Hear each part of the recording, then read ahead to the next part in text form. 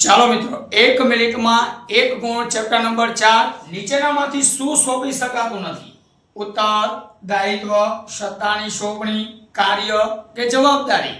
ચાલો જવાબ શું આવે? ઉત્તર દાયિત્વ. કયા વ્યવસ્થા તંત્રને લશ્કરી વ્યવસ્થા તંત્રના નામે ઓળખવામાં આવે છે? જો બેટા, શ્રેણિક, કાર્યાનુસાર, રેખિક કે અવૈધિક? બેટા જવાબ તને ખબર જ છે, કયો આવે? રેખિક વ્યવસ્થા તંત્ર. ચાલો નેક્સ્ટ. માનવ સંબંધોના આધારે કુદરતી રીતે રચાયેલો માનવ સંબંધોનું જાળું બીજા કયા નામે ઓળખાય છે? તો એનો જવાબ જોજો બેટા, શ્રેણિક, કાર્યાનુસાર, રેખિક કે અવૈધિક? સર મને તો આવડી ગયું, અવૈધિક વ્યવસ્થા તંત્ર. નેક્સ્ટ. શું અપનાવવાથી ભાવિ સંચાલકો તૈયાર કરી શકાય છે?